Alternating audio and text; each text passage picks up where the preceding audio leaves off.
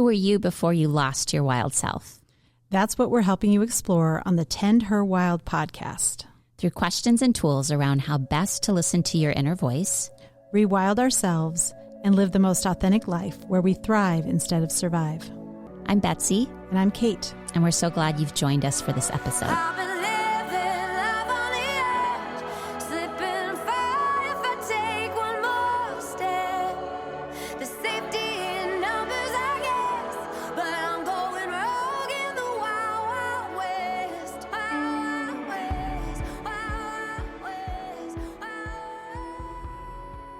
Welcome, Tend Her Wild podcast listeners, to a very special episode. We have someone with us today who's been my idol ever since I was born. She actually named me and has been someone that I love more than anything. She's my sister. Yay. Jennifer Brandl is here. Hi, Sissy. We're so excited to have this conversation. And Jen, I think I've told you this before, but I first learned of The Women Who Run with the Wolves because it was a book on your bookshelf at your house in South Minneapolis. I was in my 20s, probably. I remember I took the book. She stole it. I stole it. Like my clothes, I stole my it whole twice. life. Yes, I've stole it twice because I remember the first time I pulled it off your shelf, it was too dense and too deep for me in my 20s. Yeah. So I put it back. But then I think I was in another house of yours in Minnesota in my 40s and then pulled it off. And I still have the copy. Did you know that? One it's all underlined. So I owe you a book. But she really, in some ways, she's also one of the original reasons that, this has all been born. So thank you, Sissy. You told me that when we first started talking about doing this podcast. You're like, I have the book, and it was Jen's, and I took it from Jen. Yeah, and you brought it in, and that's how we started working this idea up, was with that underlined book from your bookcase, Jen. Yeah, well, I guess you're welcome. It's your book now. But I think that's why it's so great that we have you today, because clearly you were drawn to it. It was part of your library. It's probably what do they call it? A first edition? It probably is a first edition because I think you got it when it first came out in the 90s. For sure. Yep. So it's probably worth something, and I've underlined the crap out of it.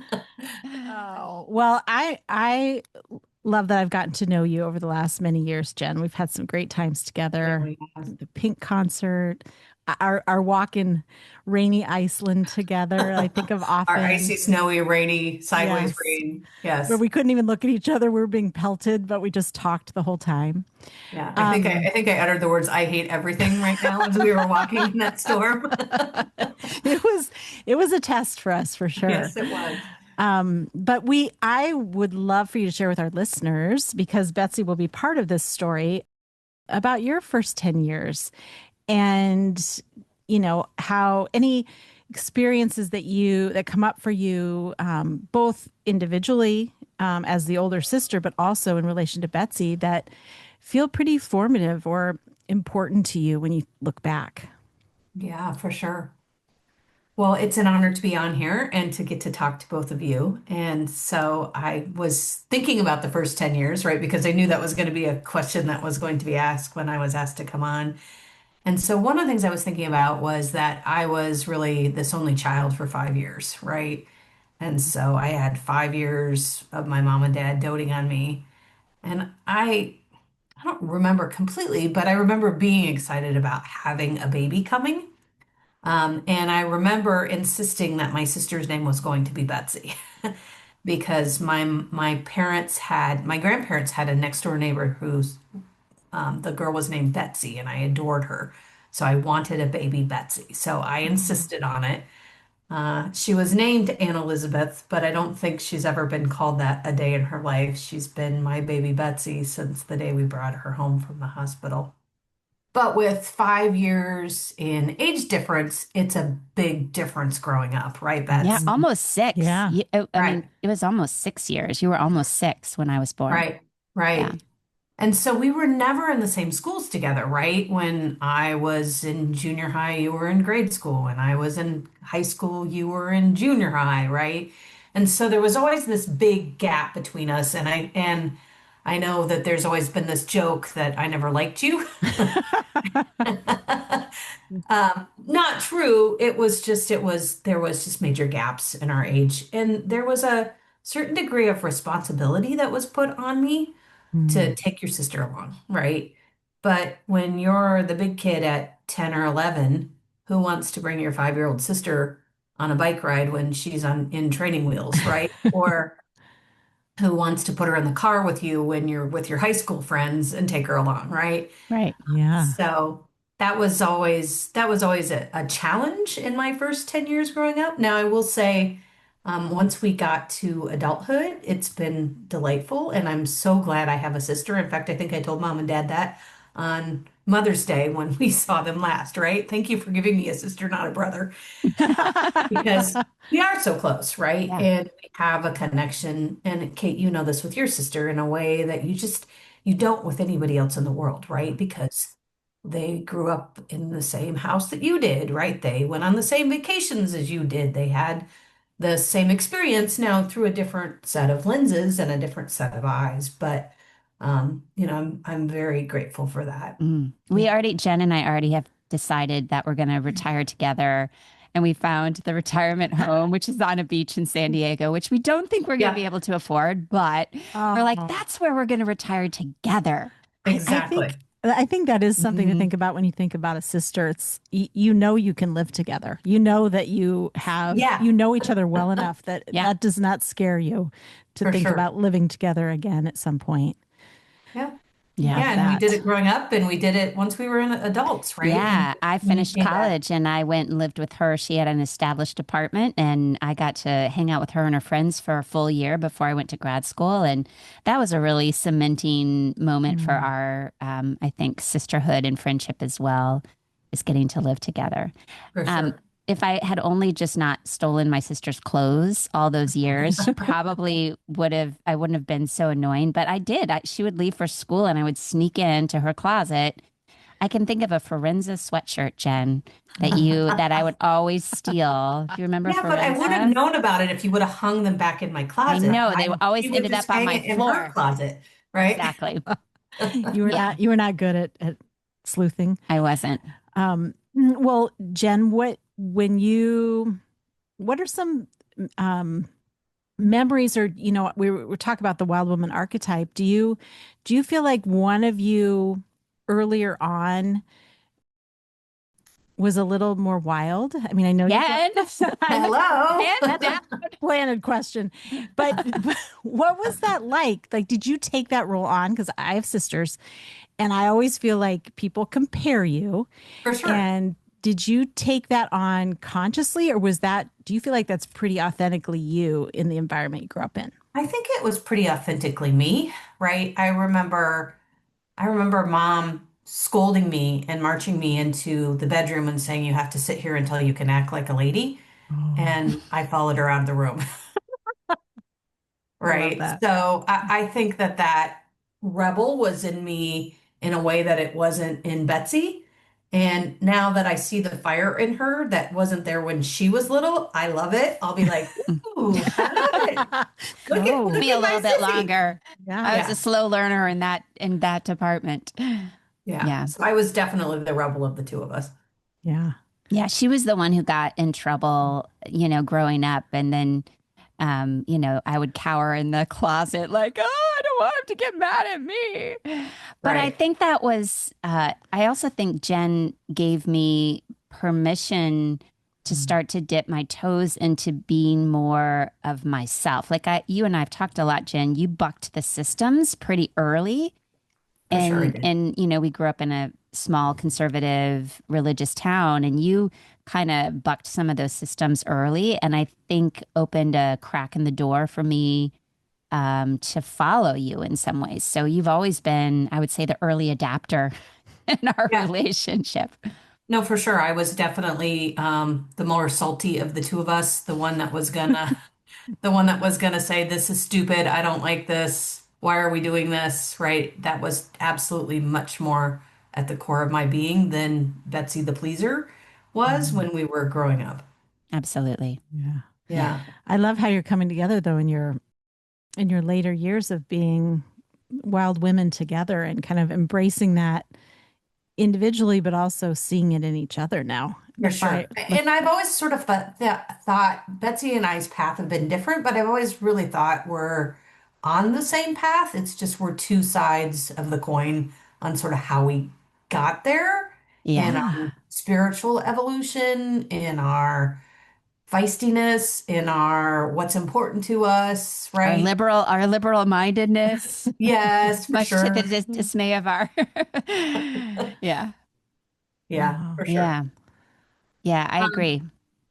and I don't know about you. I think we've talked about this at one other time, but I think about, we were raised in a very supportive and loving household, but there was definitely limiting beliefs that were put out Mm, there for us. I don't think in a way that was intentional, right? One of them that I think of, right, because I was the saucier of the two of us, was if you can't say anything nice, don't say anything at all, Yep. for right? sure. And, it's better to look good than to To feel feel good. good, right? Like that was one of the Saturday Night Live, like we joke about it, but there was some universal truth to that. In growing up in a community where image and doing the right thing and going to church was really important. And so there was a lot of, people are watching that went on, and this shine but don't shine too brightly, right? Well, you don't Mm. want to be, we want you to be good, but we don't want you to be too Too, seen. Don't be yeah. too over the Don't be top. too much. Uh-huh. Yeah, for sure.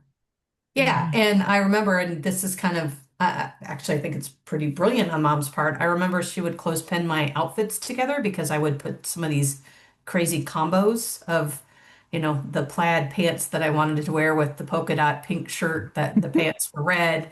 And, after a few times, she said, no, no, no, you have to pick a clothespin outfit. You can pick any in your box, any in your drawer, but you have to pick the clothespin outfit, right? Because It, again, I was marching to my own drum, and she was trying to manage that, I guess is Hmm. the best way to say it, not really control it, appreciate who I was. Yeah. Do you remember too the story of when I was born and grandma brought you to the hospital and you had on a dress and cowboy boots? And that Yeah. just like my mom was like just so embarrassed. My beautiful daughter in her cowboy boots and dress. And she still tells that story. And She again, does. there was your wild, My wild woman, gonna right? wear what I want to I'm gonna wear. do what I'm gonna do, right? Yeah. Jen, And I remember when you got named homecoming queen, and I had been living in Europe for a year, and I got into Birkenstocks, and I showed up at your homecoming in a pair of Birkenstocks with socks, and I thought mom was gonna die. oh my God, I love that. Yeah. I think I think I now sense our connection, Jen, because I had cowboy boots as a child, many different like versions, and I wore them all the time until school, and then it was put on the Put on the right appropriate. tennis So shoes you or the two were appropriate. wearing a dress and cowboy Oh boots. yeah, yeah, and overalls. I was a Right. big overall wearer. Oh yeah, Oh, overalls were the bomb. yeah. Yeah, for sure. So you left this town to go to college, or you stayed to go to college? I actually stayed in Pella. I went to Central College. I really had no intention of doing that. I was gonna skedaddle back to California where my mother was raised, and then life just got really busy, and I don't think my parents super encouraged it, right? Yeah. And so it was just assumed that Betsy and I were going to college. And I visited I think I visited one other college, Hope College, and I didn't like it. And I knew that if I went to Central, I could study overseas. And that was really important to me. I had the travel bug from an early age. And I was actually thinking about that. I don't know, Kate, you grew up in Iowa. Do you remember going to Al Bell assemblies when he would come to the school and he would give a talk about traveling around the world? and he would have a little movie and he'd have all of these little tchotchkes that he'd gotten from his travels. I And do not. okay, I had to look up his name because I knew I wanted to talk about it because it was as I was thinking about some of the through lines in my life. I remember just being mesmerized every year when he would come and give these assemblies talking about all the places that he had traveled to. And he'd show his movie of where he'd been and he'd tell stories and dress in an outfit from Africa or wherever he had been. And I just remember thinking it was the coolest thing ever. That was like the best day of school was the day I got to hear the travel guy Mm. come and I've talk. never heard that story. I love that so much. Yeah. And I don't remember it. And we didn't grow up traveling. I mean, we had grandparents in California, so we would occasionally go there. We had grandparents in Wisconsin. You So spent a we lot of weren't, summers going to the Wisconsin Dells, yeah, to but Colorado. we weren't big, we didn't do a ton of traveling. So yeah, I would love to for you to talk a little bit more about this wanderlust because how many countries have you been to, sister dear? I think like 50. Yeah. I Wow. mean, and you've been to how many continents? Like, are you at Everything but North and South, the the pole. Antarcticas? Yeah. Yeah, which South Pole and the North Pole. I don't think Yeah. those aren't really on my list. So a But little too. otherwise, you've been to all of them. Yeah. Yeah. That's So amazing. where do you think? I mean, I love to travel too, but you take it to a new level. I mean, it's a passion for you. Like when I hear that you are doing all this research and you Mhm. get travel magazines and you're constantly planning where the next adventure is. Where do you think that was born from? And I mean, how does it also enhance your life so much? Yeah. Well, I think it was born from, this Al Bell Assemblies and just this wild desire to go see the world. And I got to experience it my sophomore year of high school when I went abroad with the French club in Pella. Mm. And we were sort of forced into an uncomfortable situation in that we lived with a family for 5 days. And I remember my family was quite poor. We lived in a high rise in Paris, and they had a 2 liter, no, it was actually a 1 liter Coke because they didn't do 2 liters over in Europe. And all of the kids were so excited to have Coke, so they must have bought it for me, the American that was coming to see them. And they served head cheese. I don't know if people know what No. head cheese is, but it's a rather disgusting piece of meat that I had to eat, right? Because I was being hosted by a foreign family, right? And there wasn't a lot of language, but I was very intrigued by it. And I was very intrigued by the city of Paris. And I think we spent a good 2 weeks over there. And so that was really the moment that became the springboard for me to say, okay, I'm Mm. fine with staying in Pella if it means I can go live overseas for a year. And so that was a pinnacle to why I was willing to stay, but I think it also started me on the path. And I think the more I traveled, the more I realized how alive you feel when you travel. Mm, I Yeah. think that's one of the things that, it's easy to be dulled by your day-to-day routine, and suddenly when you're in Buenos Aires, you notice the pattern on the sidewalk, or you're in Amsterdam and you notice the frothiness of the latte in a way that you don't notice it when you're getting your drink back home, right? And so I just feel like it gets you, it just wakes up your senses in a way Mm. that your everyday life gets dulled. And so the more I've done it, the more I just desire to do it, right? And mm, I just have an intrinsic need to go see the world. And I knew that from an early age that after that experience in Paris, that I was gonna be a traveler, right? I just Oh, knew it. where's your favorite place? yeah. Because you've been so many places, and I know it's Mm. hard to pinpoint, but like, say top three. Yeah. Um, I would say people always ask me when I get back from a trip, oh, would you go back? And to me, that's not a measure of a trip, right?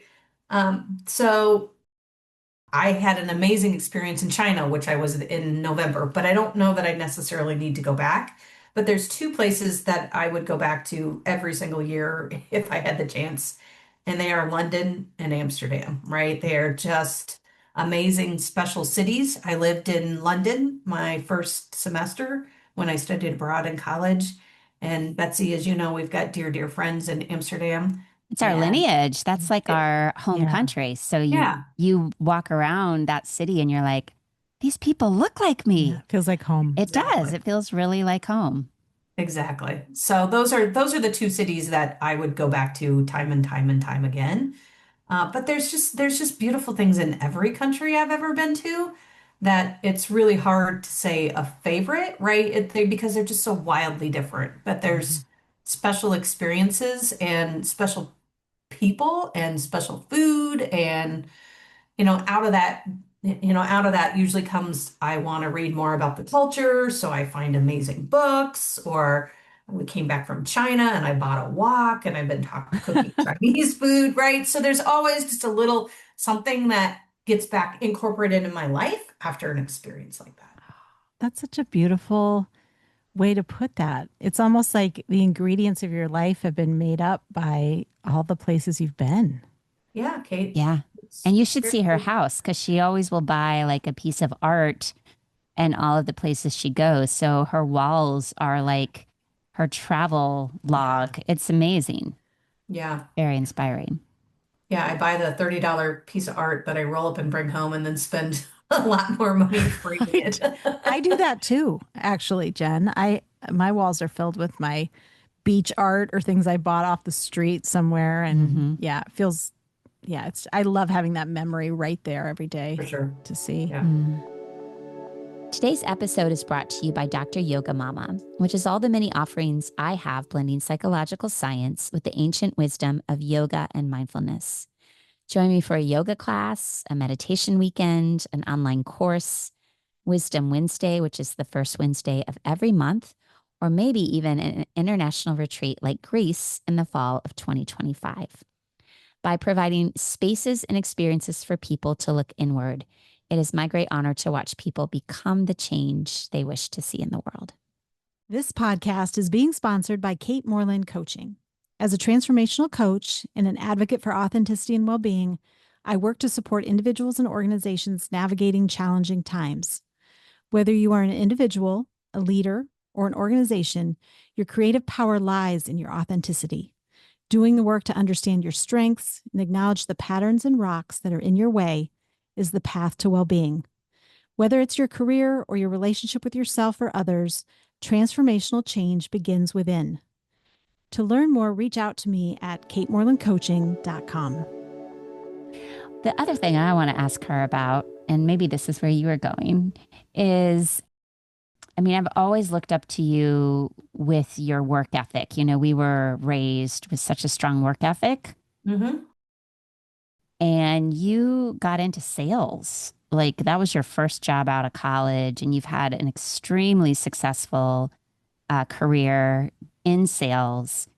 And you and I have had so many conversations over the years about what it's like being a woman in a very patriarchal masculine system and how you navigated that. I mean, I chose such a different route. You know, I'm working mostly with women, and Right. you were working with a lot of men and a lot of challenge. So I'd love to hear you talk about how this sort of wild um, part of you helped you survive that Mm. and thrive. Yeah. Because I think you also really thrived in that environment. Yeah, for sure. As you said, I think I've spent 32 years in corporate sales or sales management and at large organizations, right? So publicly traded companies, not small business. And you're right. I was raised in the patriarchy, right? I remember my first job. I went out to training and there were maybe four women and 35 guys, right? So there was maybe 40 of us in a room and we had to wear pantyhose, right? There was a dress code. This was in the Yep. early 90s, right? And there was just there was a lot of bro energy, I guess as we would call it today, right? Like the males were definitely in charge. Our voices were not heard, right? I was an early manager, right? Where there would be myself and a table of guys, and I'd throw out an idea, and they'd ignore it. And then the guy sitting next to me would say the same idea, Oh, and suddenly they'd be like, "Oh, that is a great idea," right? So it was really hard. But I've been thinking a lot about duality in our lives, right? This idea that we want things to be black or white. And so one of the things as I've looked back at the patriarchy and the time I've spent in sales, is that, you know, life in sales isn't easy for men. Like it's hard for men, but it's harder for women. And both can be true, right? It isn't an either or in that right. situation. And I would say in the same sort of dualistic thinking is it was hard, but it also really helped me understand myself, right? And I think, you can't, it's when you're in uncomfortable situations. And again, I think maybe this is why travel excites me. Mm. That's when your growth happens, right? That's when you're challenged. And so it wasn't, sales for me was never like, this is so awful, I hate it, right? There's some people that get into sales that can't do it. It was challenging. But there was the competition of it and really never bothered me that much, right? Mm, I think, I think one of the things I figured out early on is you had to form your tribe. Mm. And while there were guys, I also had amazing male mentors in my time in sales and in my career. And I have amazing female friends, right? Because you found your voice and you found your people. And, you know, these are hard roles where there's a lot of pressure on you. And so the more that you can find people that can support you, the better off you are, right? Hmm. And so, um, there was a tendency to think, and it certainly happened where we're only gonna promote one female, so I'm gonna make sure it's me. There was certainly some of that happened and still goes on today to this day. But I think as women over time, we used our vulnerability and we leaned into each other. Didn't mean that we weren't competing against each other, but I think we all realized that it's sort of that old phrase, all boats float, right? And so if we can all help each other out, all boats rise together and Hmm. we can get to a higher plane. And so it really becomes that abundance mindset thinking versus the competition mindset, which was very much the patriarchy, right? yeah. Which is if we can all help each other out, if we can all lean on each other, if we can all learn from each other, we're all going to be in a better spot and we're all going to have more opportunities, right? So, Hmm. I worked for companies that started small and grew tremendously, right? Well, it wasn't, it's going to be me or this other woman that gets the job. It's, oh no, we all can have opportunities because we're all growing this together. And I think that that's a wildly different mindset that I think needs to be put into the sales world. Is yes, you can still be competitive. You can still have a leaderboard of this is the person that sold the most, but instead of this ugly competition of if you win, I lose, Right. It's the pie, right? There's only so much pie. yeah, but there isn't just Right. one pie, right? No. There's an ever expanding universe of pies. And if Mm, we I can love get that, to, Jen. right, Hmm. if we can get to that mindset, it's a wildly different success equation than I'm going to take it from you. Yeah. I feel like I mean, we grew up during kind of this similar years, and was in law, which was very male dominated, and then in corporate. as Yeah. well. I think in some ways I look back like you and think we were pre- we were we were given skills early on to survive in that Yes. patriarchy, right? We were able to survive it. And at times I felt like I thrived, but Yep. I felt like I was often in survival mode a little more than thriving. Um, and what I love about your story is I mean, 32 years is a long time, and Yeah. you navigated that and continued to climb that ladder, and you now are at this beautiful place where you're looking back on your career. Yeah. What's next for you? Like when you think about what you've learned and what excites you, what do you desire for kind of the next chapter for yourself? Yeah. I think that's still unfolding, It's right? the million dollar question right now, That isn't is it, the Jen? million. That is the million dollar question, Kate, that I don't have an answer for yet, right? There's a huge part of me that wants to go back because I think I haven't worked for the last 18 months. My position was eliminated. And so it's really been a beautiful time to reflect Mm-hmm. and figure out, okay, what do I want and what's important to me? And how can I make it happen? Right. And so I've spent some time thinking about some of the limiting beliefs that I had in my career. And they really relate back to those 10 years, the first 10 First 10 years, years. right? Not surprising, right? The first is around hard work, right? I was killing myself, right? I was Yeah. coming into my office at 6 in the morning, work until 7 o'clock at night. And I was using the belief that I'm only worthy if I worked hard. And if I keep efforting, then maybe I can be seen as enough, right? Mm-hmm. Because as females in the patriarchy, we're never seen as enough, right? And the more we're ignored and not heard, it reinforces this belief that, success is only going to happen if I effort, if I really get in there and I try really hard, right? And so it ties to hard work being at the core of your worth, Mm-hmm. right? And then, um, Can we much pause? like it, Can we pause there a minute? Because I think yeah, that's so powerful before you go into your next one. Because I think that this is so many listeners are going to, and I feel it.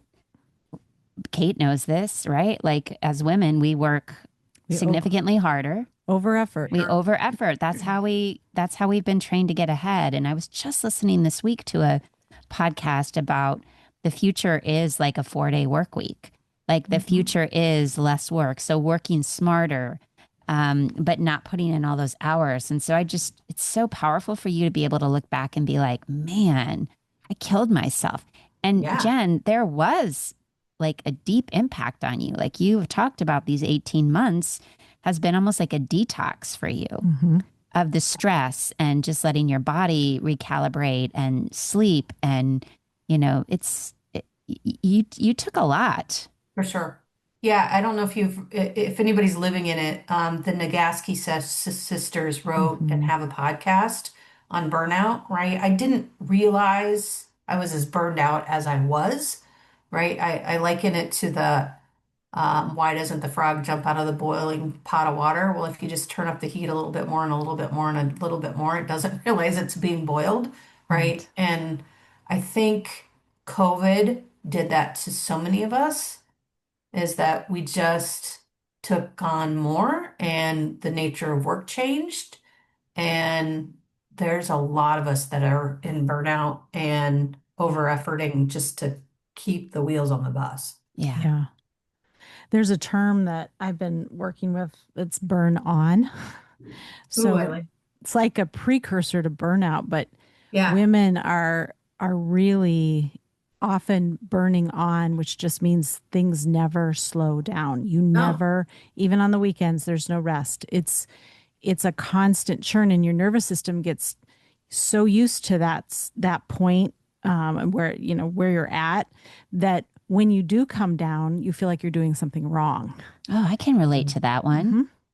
Totally. Yeah, and if you stay, so someone said, burn on is being on the hamster wheel, burn out is laying down, being lying flat next to it, Oh, like you're for just sure. done.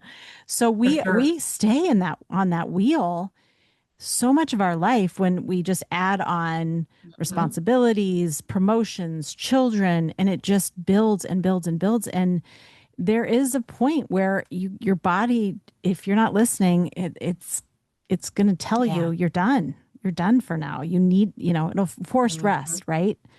With illness and For sure. Yeah, breaking I said I down. had to wash the stink off, right? I just had to Mm. like, I needed to just be, right? Hmm. And I needed not to immediately think about, oh, what I was going to do next and where I was going to go. I needed to sleep and Yeah. exercise and eat well and not think about any of that for a while And because I didn't you was. say it took you about 6 months before you like to come down off of that intensity? Yeah, I think it might have been, yeah, at least that much, right? Like I Okay. think I remember going to Barb, my massage therapist, which was my really only outlet. She is my Reiki and massage therapist, and she touched my shoulders for the first time after not seeing her for 6 months, and she's like, "Whose shoulders are these?" These aren't your shoulders. You're relaxed. Right. Wow. And even now, when I go and see her, I saw her last week, and she's like, your body just is wildly different than what it was 18 years ago or Mm. 18 months ago. Right. 18 years Because, ago, too. oh, yes, that too.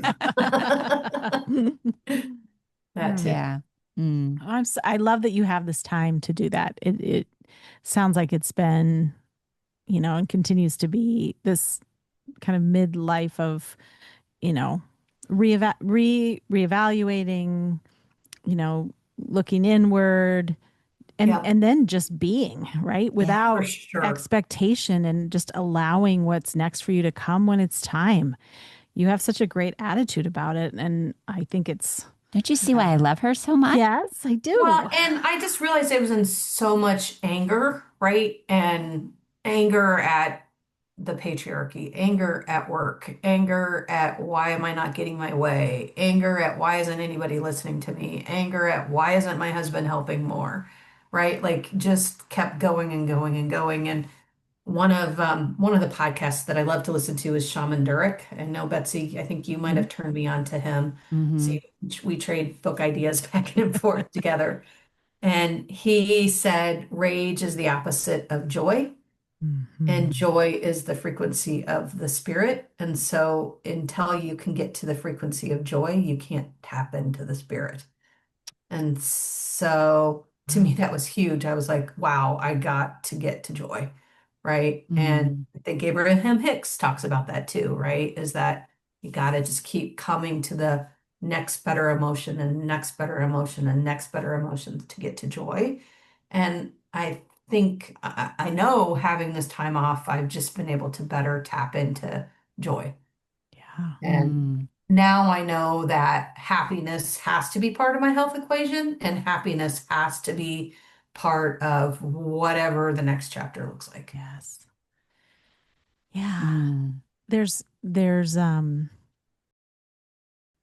we talked a little bit earlier about, these terms and conditions of what's next and how I talk to a lot of my clients about this. Like we sometimes don't realize we actually we can put that out there for ourselves. Like this is what, maybe I don't know that what the job looks like or the opportunity will be, but I know I want these ingredients as part of it. Mhm. Like I want these things to be they kind of a lot of my priorities have shifted and they've moved, things that I used to kind of just put to the side are now priorities, right? I Mhm. want to enjoy what I'm doing. I want to have impact. Yes. I want to feel, you know, like I'm using my energy wisely, right? Yes. And so when you can kind of reevaluate that and really be intentional, I think then we do attract what's meant for that chapter. And we often, when I think back to, we talk about this a lot. We were like, someone tell me what I should do next. Should I be this or what are my choices again? Oh yeah, it's teacher, secretary, maybe Nurse. lawyer, doctor, nurse. Yeah, there was about five. Yep. Yep. And so for me, leaving corporate, it was like the first time I had to really sit with, well, what do I want? Hmm. What do I want?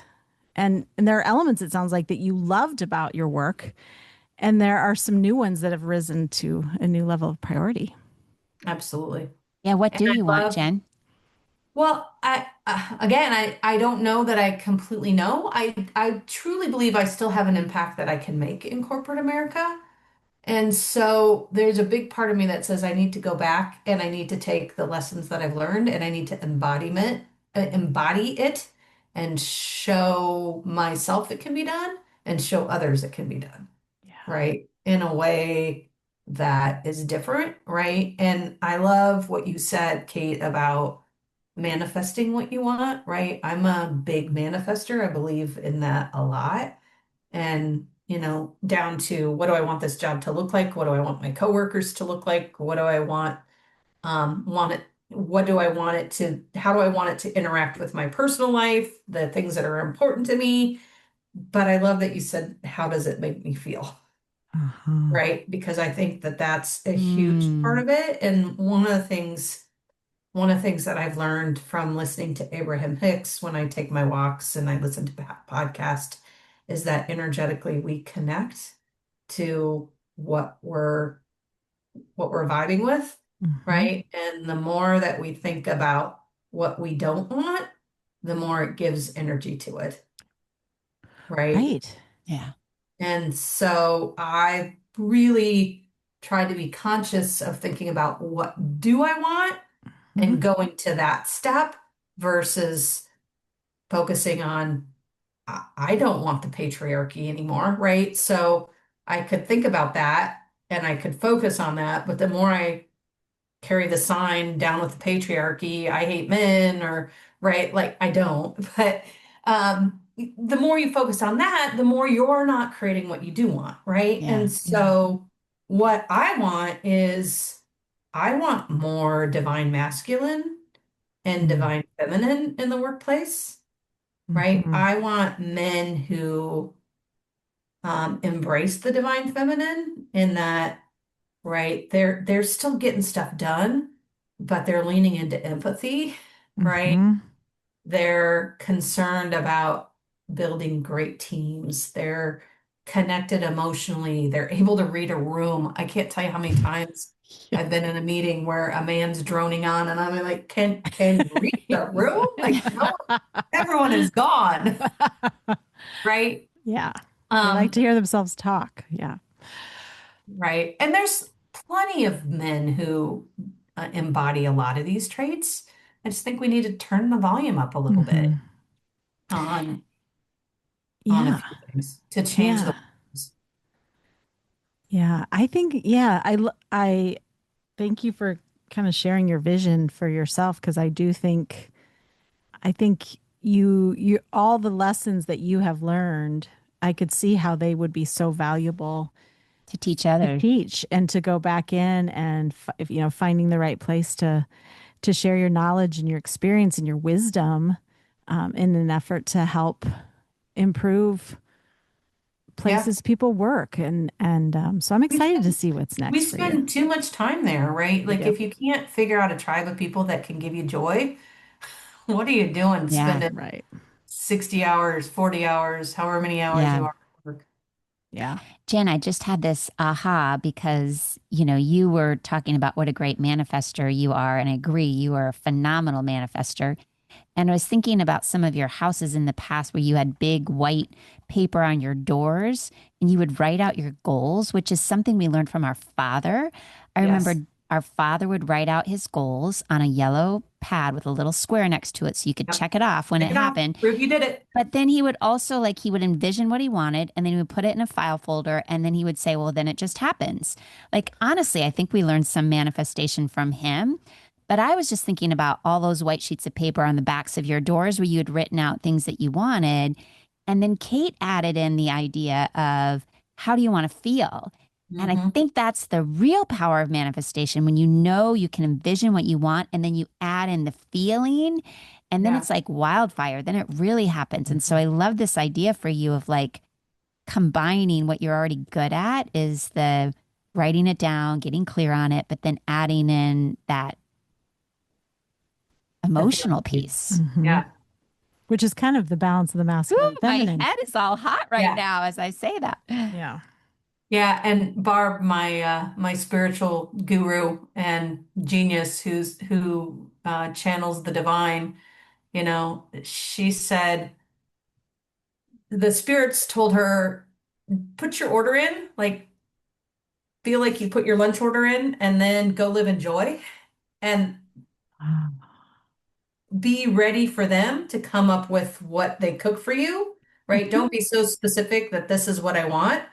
Give them the idea of what it feels like, what it looks like, but don't be so rigidly committed to, well, of course I'm taking a corporate job. Of course I'm taking this, right? That's where I'm trying to lean into the what does the universe intend here? What is Right. coming my way? What am I attracting, right? And trying to be okay with that, I'm which trusting is it. hard, right? Because I've had 32 years of I gotta go get it done. I gotta go climb Hmm. the mountain. I gotta go pull the plow up the hill with me because they're not coming along with me. I'm taking them, right? And so I'm trying to use a very different mindset of where I'm sitting today than I have to effort so much to get there. Yeah.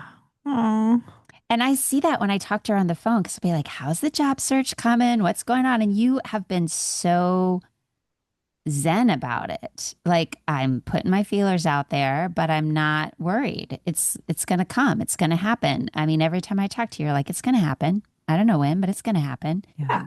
And And there's it's been some really things that beautiful. have started coming my way that I'm like, yeah, I don't think this is for me, right? And I feel I'm in a spot where I can say that, right? Hmm. And I just trust the universe and I believe that it's coming my way. And as we talked about before, I believe in abundance, right? Like there's Hmm. enough here for all my friends to get jobs and for me to get jobs too, right? And for all of us to have what we want. Yeah.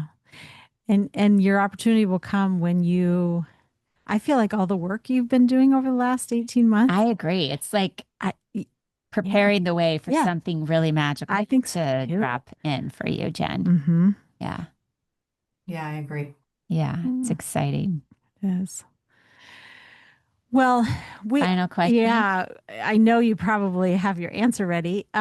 But I just have to say, this has been such a fun conversation, getting to know you on an even deeper level and your relationship with Betsy and kind of witnessing that and feeling that and how you each are helping each other. I think that's the other wild woman We do help each other a We lot. do We're so archetype. constantly. different, but we are so, again, like you said, on the same path.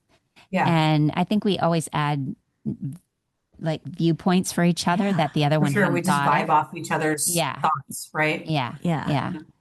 Yeah. Which is sisterhood, right? It's It like, is. Yeah, it in is, the Kate. truest sense. Yeah. Yeah. So, we always like to ask what door you took into your life as a wild woman. And I see all these threads of you being outside the box even early on and how that Birkenstocks continued in with your socks. life. I That love was like that. not something people did in the 90s. No. Oh, and bringing that back to the little town and being like, here I am. This is who I am. So, if you have a deep scar, that is a door. If you have an old story, that is the door. If you love the sky and the water so much you can almost not bear it, that is a door. And if you yearn for a deeper life, a full life, a sane life, that is a door. So is there one that just feels, Yeah. I love this question and I love it that you ask to all the guests. And I think it's the old scar, right? Like I mm, think I've got a lot of past lives. I've got a lot of history. I've got a lot of stories and I have always sort of felt like I'm not a master of one thing. I do a lot, right? I have a mhm, wide variety of interests. I have a wide variety of skills. I'm not, Betsy, we've talked about this. You can go very deep in a topic. I'm more like, I want to learn a little bit about everything. And I mm, think that comes from a lot of old history and a lot of old lives. And I think part of my time on this earth is to help others see ways to do things better. And Mhm. how do we how do we make how do we make a more beautiful, joyful life for all of us? Mm.